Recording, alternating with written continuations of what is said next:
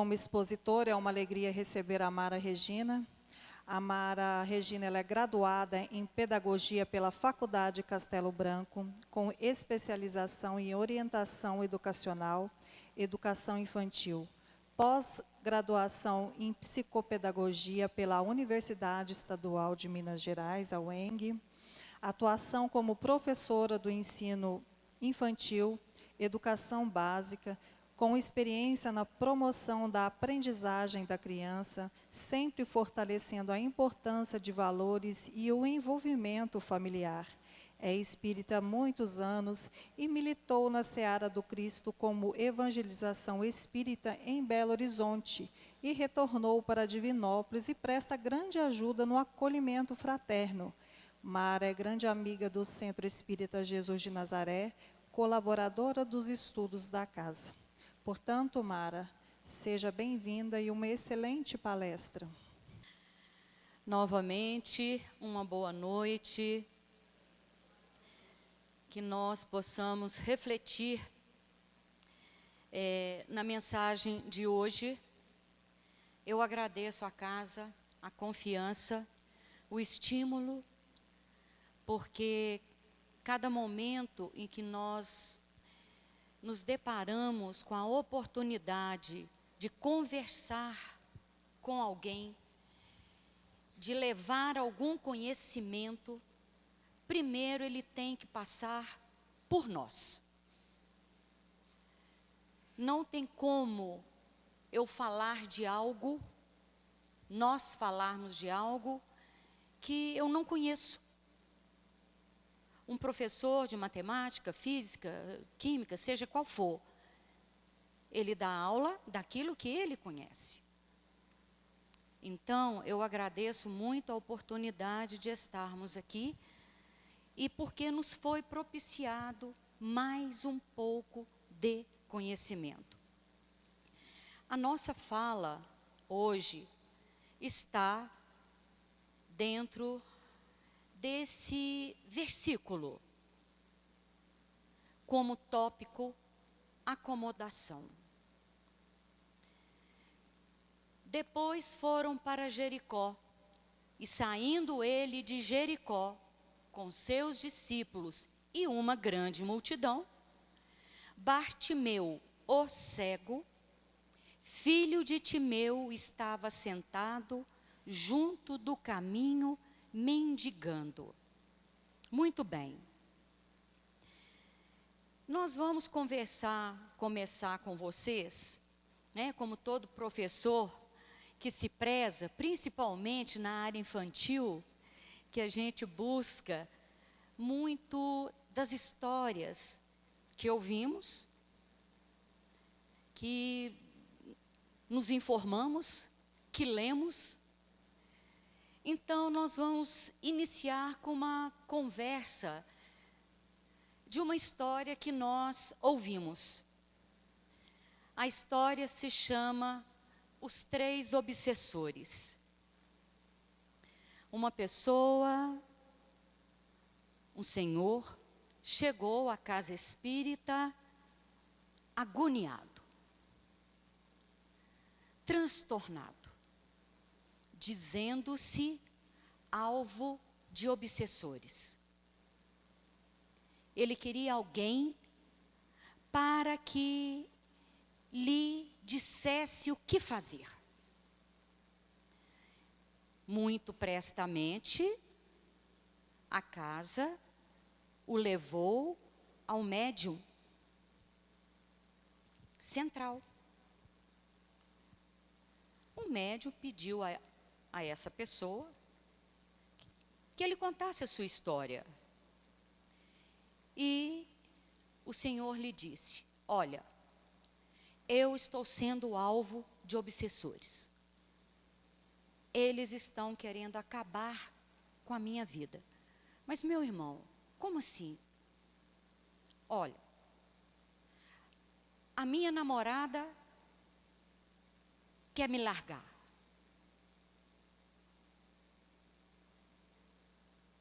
Ela diz que não quer ficar comigo mais.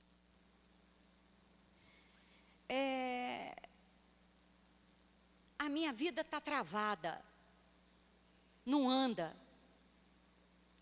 E eu quero dizer uma coisa para o senhor. Eu até não quero sair do jeito que eu estou não, porque tá bom. Mas está me atrapalhando.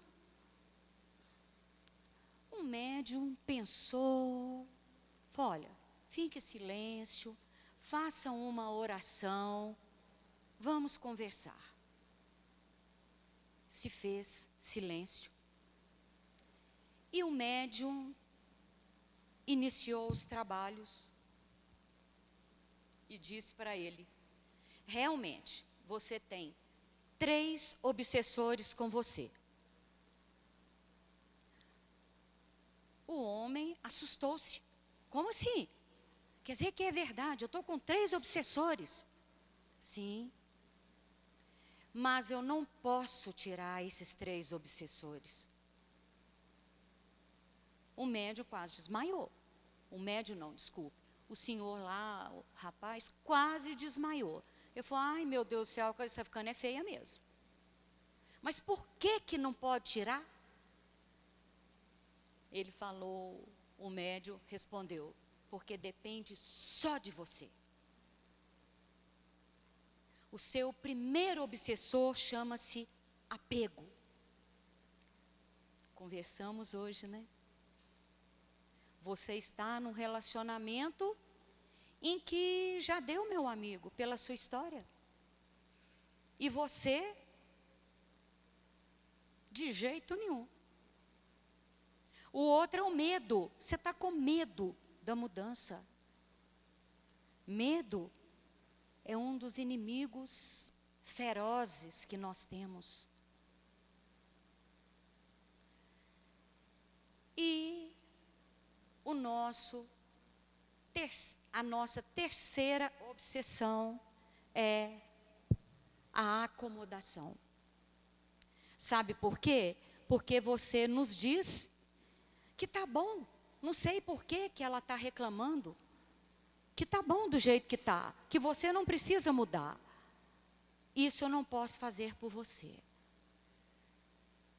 Isso eu não tenho como fazer por você. Espírito nenhum vai fazer, porque é você. Você está entrando em contatos com energias negativas, que estão dentro de você. Então é você que decide o que você quer. Interessante que muitas perguntas aqui anteriormente, né, tem a ver com isso. E a mesma situação do nosso tema, que acontece aonde? Onde acontece essa passagem? Lá em Jericó. Jericó, uma cidade, né? Por favor, pode mudar o slide para mim, por favor? Jericó, uma cidade bíblica, uma cidade muito conhecida,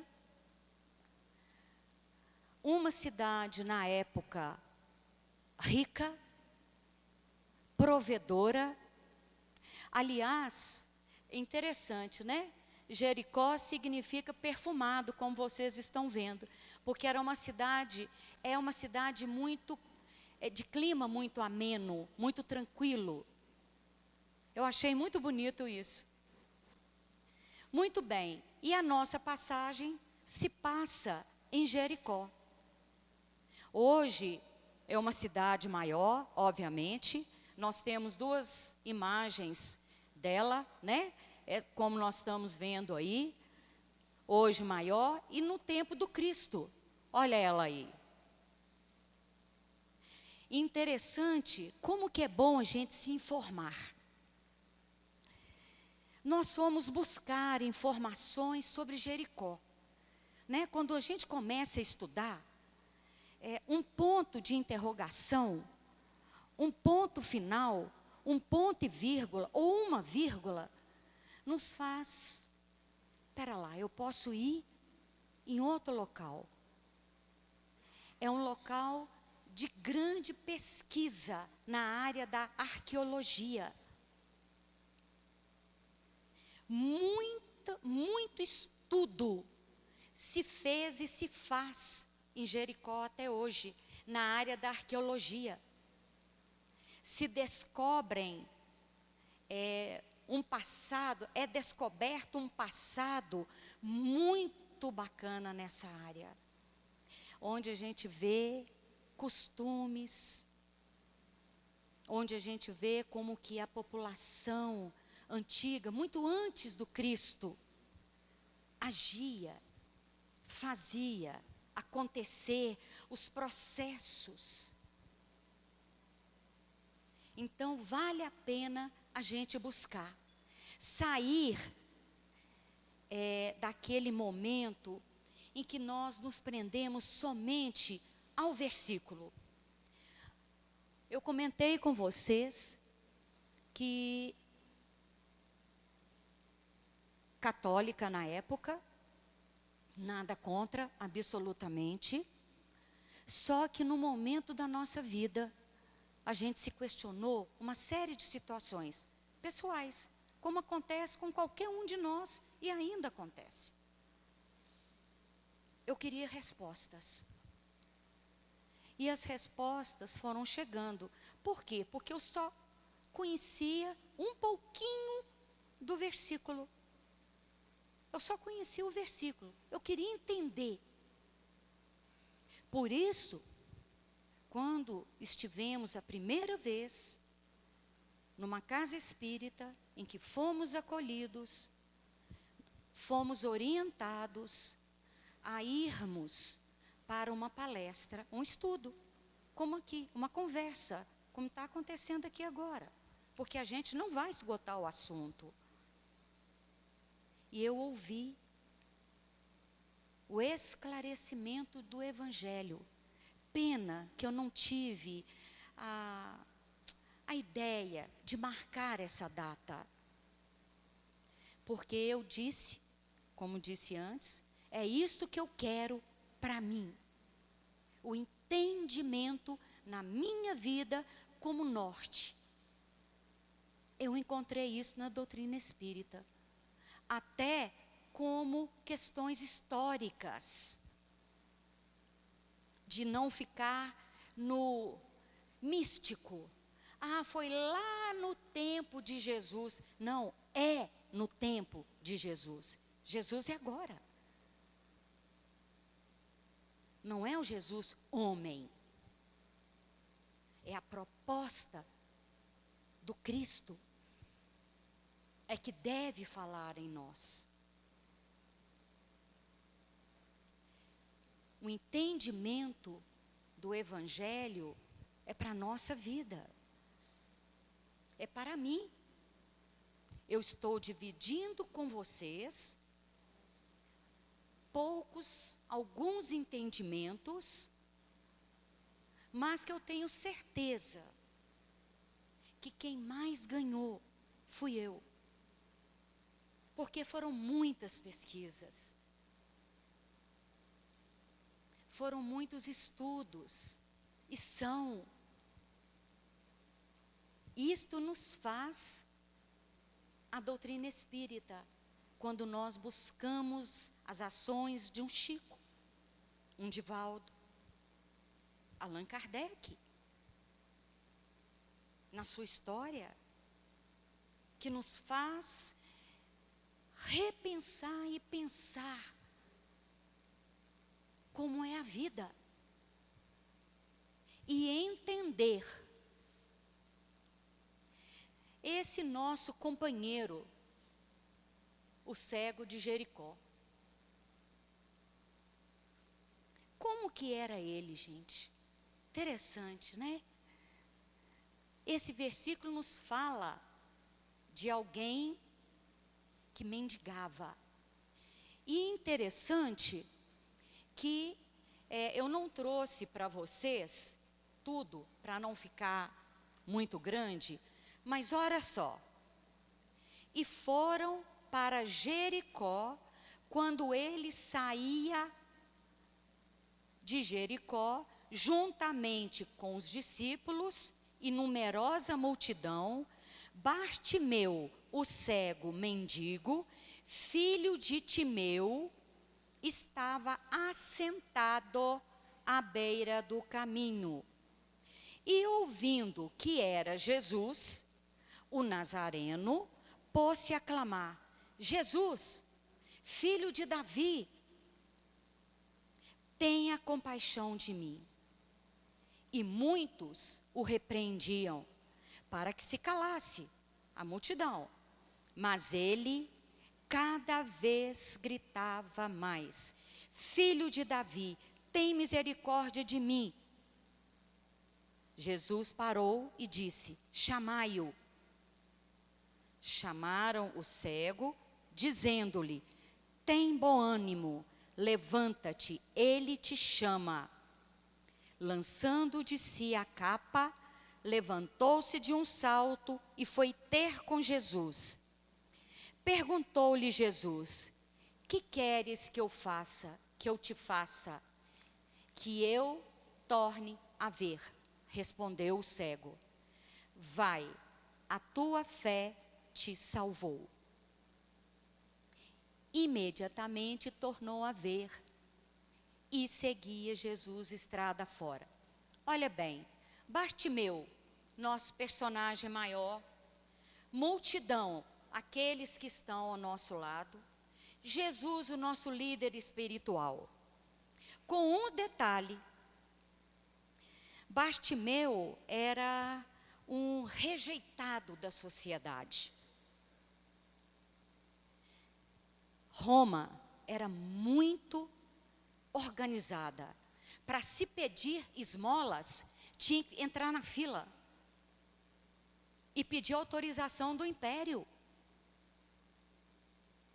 Lá, quando era cedido, eles davam uma capa.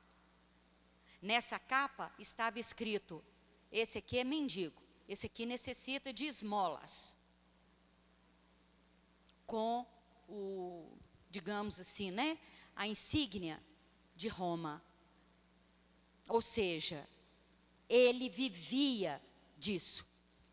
Agora vamos refletir uma situação. Olha só. Bartimeu, filho de Timeu. Bar quer dizer filho. Ele não tinha nome.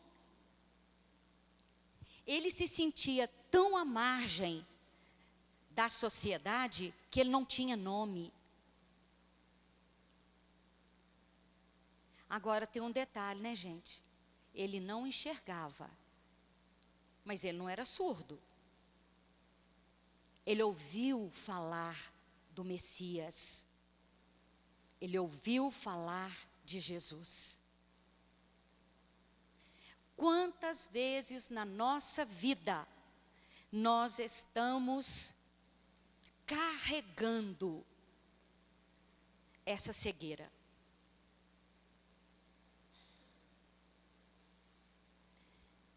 Bartimeu respondeu para Jesus. Olha aqui que Jesus fez.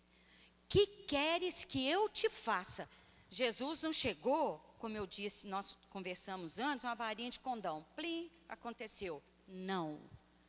Ele deixou para Bartimeu a escolha dele.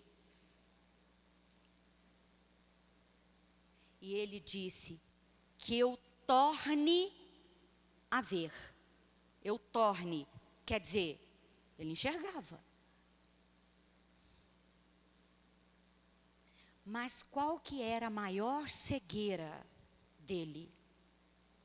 A condição moral, a condição psicológica. E um detalhe, ele esteve numa atitude de ação. Ele tomou a ação, assim como Zaqueu, o cobrador de impostos, que subiu na árvore, que ele era baixinho, e gritou por Jesus. Bartimeu fez a mesma coisa. Senhor, olha, estou aqui. Não é assim que a gente faz normalmente? Quando a gente quer falar com alguém, que a pessoa está passando rápido, né? Tal. Oi, fulano. Pensa bem. Jesus, o tempo todo, entrando, saindo, ativo, levando o evangelho ativamente. E passando ao lado, e sempre acompanhado por uma multidão. A mesma, que inclusive, com algumas variações, o condenou. Quantas multidões nós temos conosco, nos desviando do caminho. Mas teve alguém que estendeu a mão para Bartimeu. Olha, ele está chamando, vai lá. Uma alma boa, vai lá. E Bartimeu acionou a vontade. Ele saiu do processo do acomodar-se, porque ele ficava o tempo todo assentado à margem da vida. Acontece conosco, sim. Quantas vezes estamos no emprego que a gente não gosta, num relacionamento que não está sendo bom para nenhum dos dois,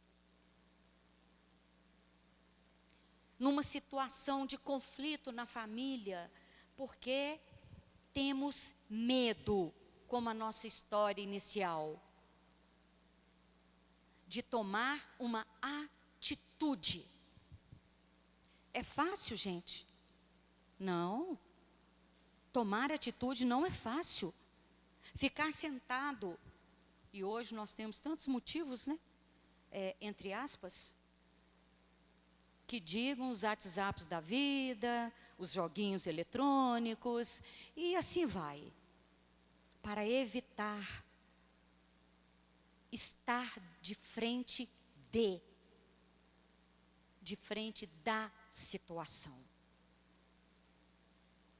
Se eu não tiver essa motivação, olha, acomodação termina na forma de alguém, olha só, assentado, acomodado. Jesus, alguém em alerta, despertando, agindo. Outros tantos gritando, tumultuados, agitados. Essa multidão que nós estamos aí. Eu tenho escutado muito isso sobre os relacionamentos. As pessoas, Mara, não escutam a gente mais. Nós estamos muito mais precisando de escutatória do que falatória. É uma questão de educação.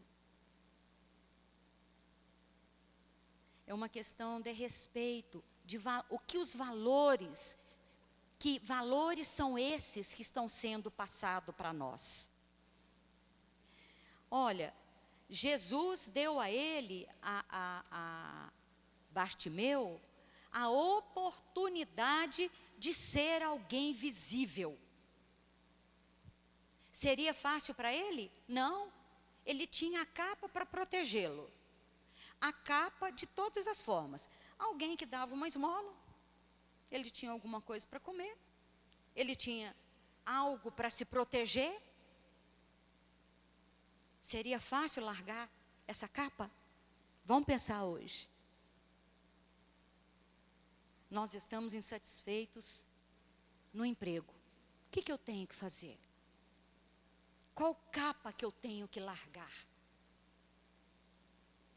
Eu tenho que me melhorar. É fácil, gente? Não. Se fosse fácil, a gente não estaria aqui. Sabe onde a gente estaria? Acomodado. Sabe por quê? Porque até quando a gente está numa condição melhor, a gente fala assim, agora eu estou na minha zona de conforto. Eu não saio dela. Ao ego falando, eu não preciso mudar. Eu estou bem. É abrir mão, sim, daquilo que me incomoda. De uma forma como? Jesus brigou com alguém? Jesus saiu aí no blá blá blá, como a gente faz sempre? Não. dê seu recado e passa.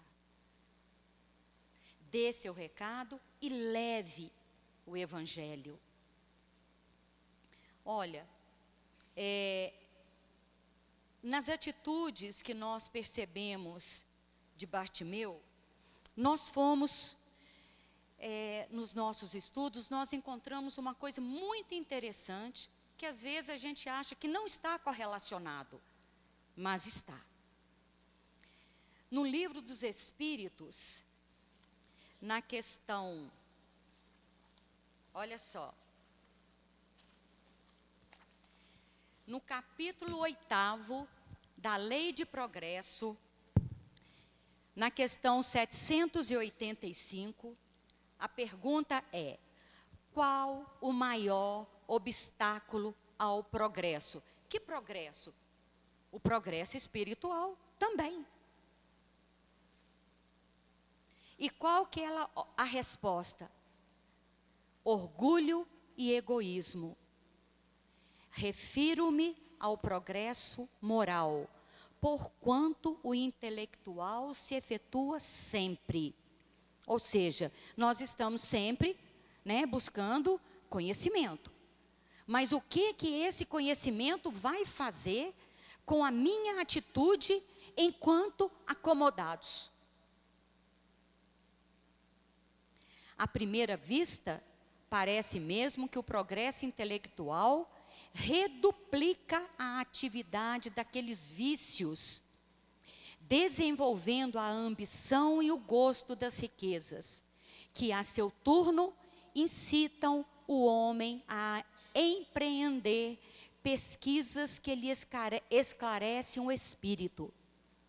Assim é que tudo se prende no mundo moral como no mundo físico, e que do próprio mal pode nascer o bem.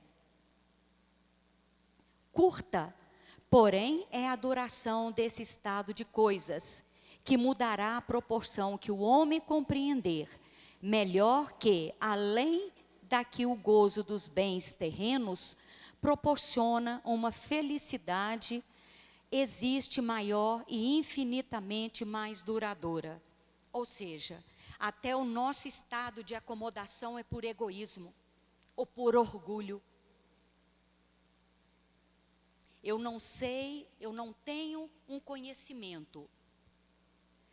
Aconteceu uma situação em que eu fui chamada para que eu coloque, que eu me posicione, mas eu não tenho.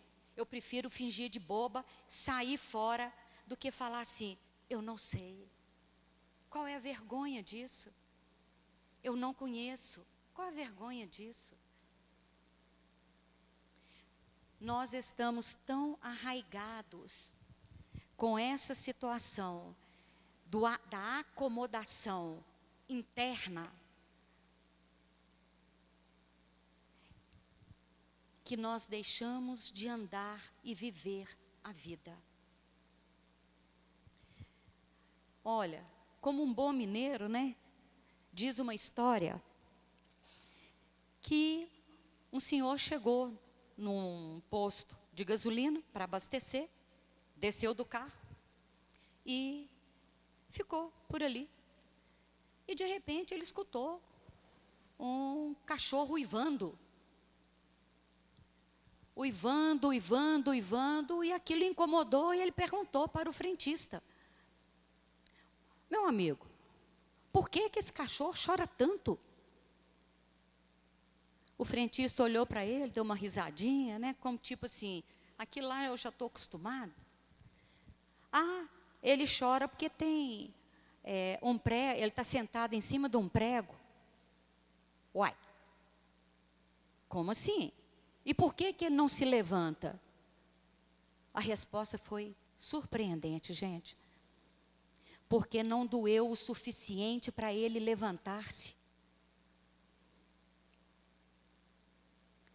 Até quando vamos precisar da dor para nos levantar?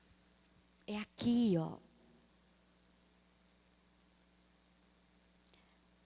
É mexer com isso aqui. Estudando a doutrina espírita, eu fui aprendendo é ainda até hoje um grande psicólogo. Sabe por quê? Porque ela fala, é para mim. É o autoconhecimento. Nós precisamos repensar muito na nossa atitude, na atitude de Bartimeu. Nós precisamos que alguém nos dê uma capa. A capa do desafeto, a capa do medo, a capa da amargura, da tristeza, a capa do coitadinho. É mais fácil fazer esse de coitadinho do que enfrentar-se. Porque a gente vai dar com o nosso lado da sombra, né? Nós somos luz e sombra. Ó, mundo de provas e expiações, para início de conversa. Se só nessas duas palavras, provas e expiações, nós já sabemos quais são os espíritos que estão por aqui. Pelo menos 90%. É um mundo onde moral e ética estão sendo trabalhados. Detalhe, né? Usando mais a sombra do que a luz.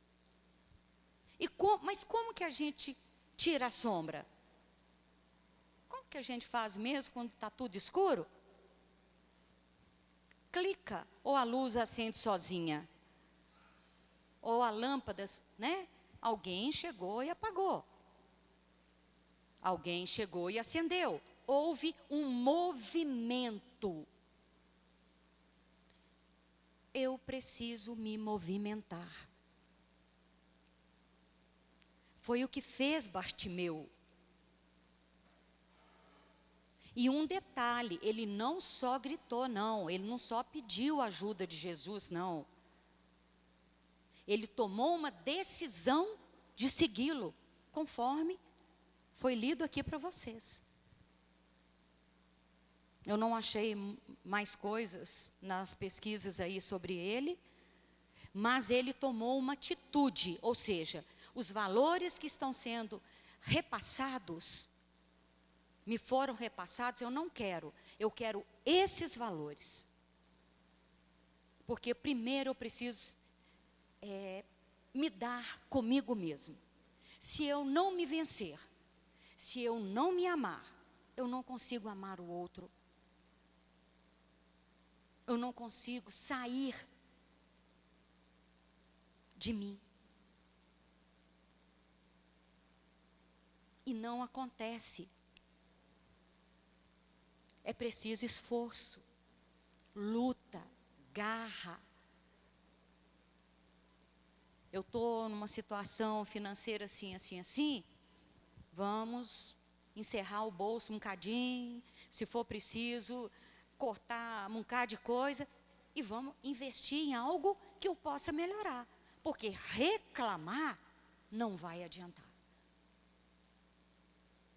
Como diz o ditado, né? Se reclamação adiantasse, minhas dívidas estavam todas pagas. Então reclamar não adianta. E o Evangelho de Jesus nos mostra o tempo todo isto. Em momento algum se vê algo sem ação. Quantos pães tendes? Ele não falou assim, olha, me dá os pães aí. Tá. Não. Quantos tendes? Ou seja, me falem, me deem retorno. E eu vou ajudar. Faça da sua parte, que da minha aliviarei. Nós estamos até hoje apelando para o nosso comodismo. Porque vamos falar a verdade, qual que é mais fácil, gente? Eu chegar num templo, na igreja, numa casa espírita, eu chego, sento, saio, chego, sento, saio. Mas quem eu sou? Eu entrei, mas eu saí com o quê? eu fui acolhido. Mas a ação de funcionar esse processo é meu. Ah, eu estou com obsessores. Muitas vezes acontece sim. Mas por quê? Porque eu dei o clique, eu acionei a escuridão. Que escuridão? Dos desvalores. Que escuridão é essa? A que está dentro de nós, ainda. Vai mudar? Vai. Está mudando? Está. Fala da espiritualidade maior. Já se está passando para mundo de regeneração. Por mais que às vezes não sintamos. Por quê? Porque é preciso, quando há mudança, o que acontece com a mudança? Ela desarruma para arrumar. Qualquer situação dentro da minha casa que eu vá fazer de limpeza, eu preciso tirar as coisas do lugar. Agora, a gente não está falando de coisas, nós estamos falando de sentimentos dentro de nós. Isso é muito sério. Nas nossas experiências com crianças, eu ouvi um depoimento de uma criança, ela chegou para mim semana passada.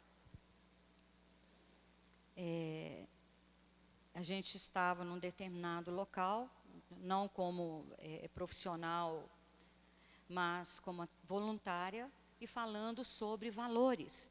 E o valor era respeito. Conversando, né, usando a metodologia mais alegre, para chamar a atenção, como Jesus faz conosco o tempo todo. E ela chegou para mim e disse assim: Tia Mara, um trenzinho desse tamanho. Eu falei, sim. Olha, a gente tem que ter respeito, né? Eu falei, sim, tem, sempre. Inclusive conosco, né? Nós levamos isso para eles. Mas tem uma coisa, sabe, Tia Mara? O meu pai bebia muito. Batia na minha mãe, me batia à toa, eu detesto ele. A expressão foi, detesto. Eu assustei. A gente ainda se surpreende. Eu não demonstrei. Mas eu falei assim, olha, agora ele já está em outra. 6 anos, gente. É a geração que está chegando aí. Tecnológica. Eu falei, pois é, e aí? Você não pode detestar. E conversei com ele. Não é a primeira vez que eu escuto algo assim. As crianças estão pedindo aconchego, carinho da família, quem quer que seja que esteja com eles. Sair do celular e dar atenção para o seu filho. Dispensar a ele. Não é quantidade, é qualidade. Às vezes fica-se o dia inteiro e não dá notícia de nada. É preciso deles fazerem, né? Igual o Bartimeu, gritar, mãe, pai, vó. E assim vai. Porque nós somos responsáveis por eles. Olha, o nosso tempo, né, passa muito rápido, mas eu vou passar para vocês uma fala de Emmanuel, no livro Palavras de Vida Eterna, no capítulo 32. Eu só peguei a frase, porque a gente sabia que não daria tempo. Ele diz sobre egoísmo. Só o egoísmo, traduzindo apego da alma ao bem próprio é que patrocina os golpes da delinquência, os enganos da posse, os erros da impulsividade e os desacertos da pressa. Olha, apego da alma, a questão de acomodar-se, repito, não é descansar, é diferente. Descansar é necessário, sim. Olhar para você, te dar um tempo, repensar, né? Curtir um momento tranquilo. Acomodar-se é fugir da vida, é fugir de si mesmo, que foi contrariamente o que Bartimeu fez, porque ele já estava cansado. O prego já estava doendo tanto que ele levantou.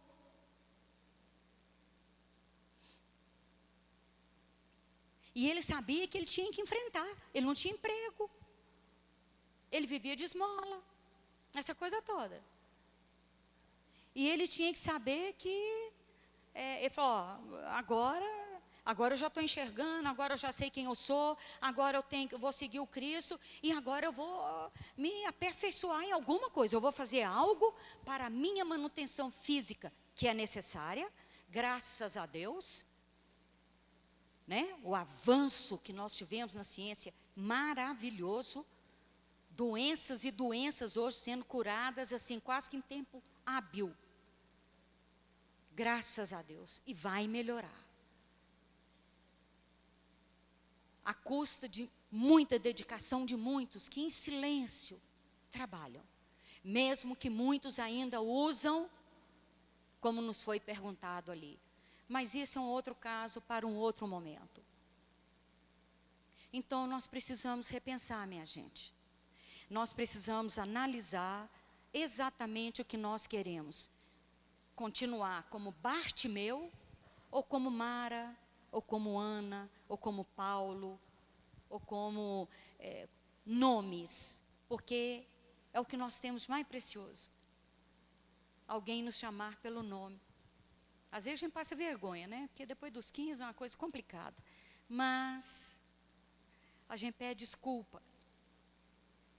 Mas não deixa de atender com carinho.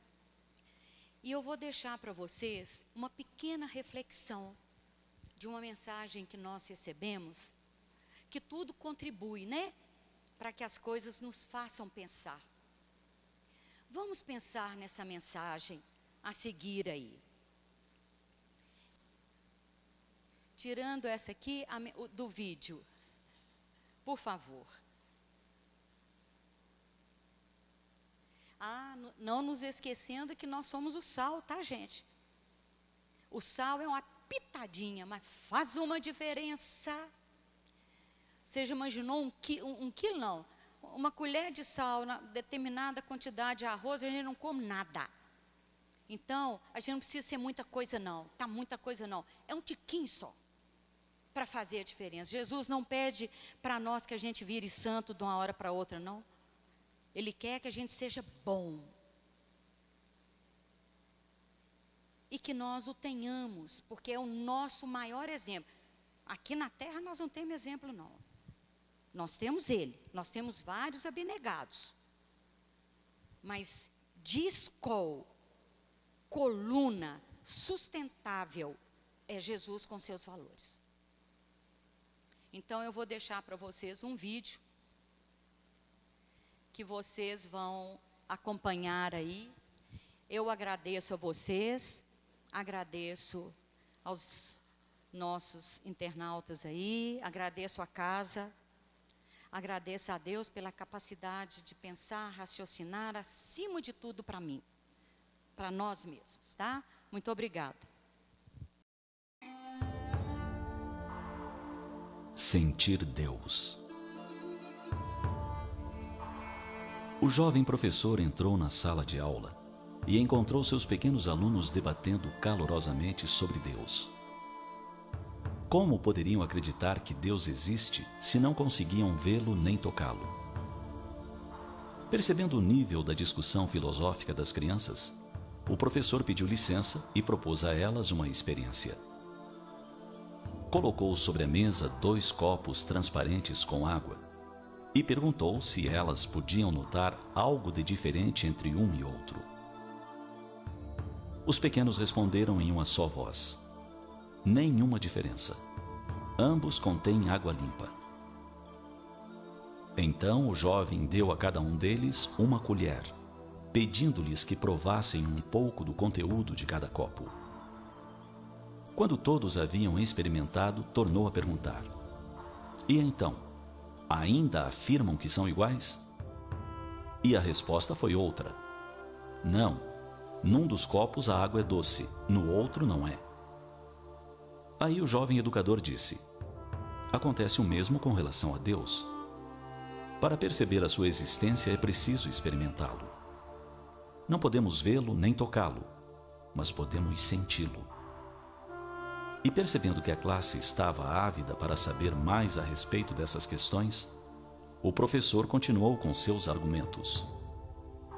Deus não pode ser tocado com as mãos, nem medido com fita métrica, pesado na balança ou visto com os olhos físicos. Mas podemos sentir Deus ao tocar as pétalas de uma flor, sua textura aveludada, seu perfume, sua coloração única. Não podemos medir Deus, mas podemos mensurar sua grandiosidade nas dimensões do universo, nos astros a girar no firmamento, nas manhãs claras e belas, na organização dos seres infinitamente pequenos. Não podemos pesar Deus, mas podemos perceber sua força geradora e mantenedora nas leis que regem e sustentam constelações, nebulosas e galáxias suspensas no espaço sem fim. Podemos observar o Criador no impulso das ondas que agitam os oceanos, no instinto dos animais, na dança das estações. Não conseguimos ver Deus com os olhos, mas podemos sentir Deus nas múltiplas expressões do bem e do belo, do amor criativo e ativo, na chama de esperança que vibra na alma de cada filho seu. Deus é invisível, mas sua presença é evidente nas várias expressões do dinamismo da vida, no sangue que corre em nossas veias, no oxigênio que respiramos, no sol que dardeja ouro sobre a terra, possibilitando a vida, na lua, satélite silencioso e solitário que vigia o planeta durante as noites, na chuva que cai de mansinho, acordando as sementes que dormem sob o solo generoso, na brisa leve que conduz o pólen e permite a geração das flores. Ah, as flores! As flores são a assinatura do próprio Criador no quadro da natureza.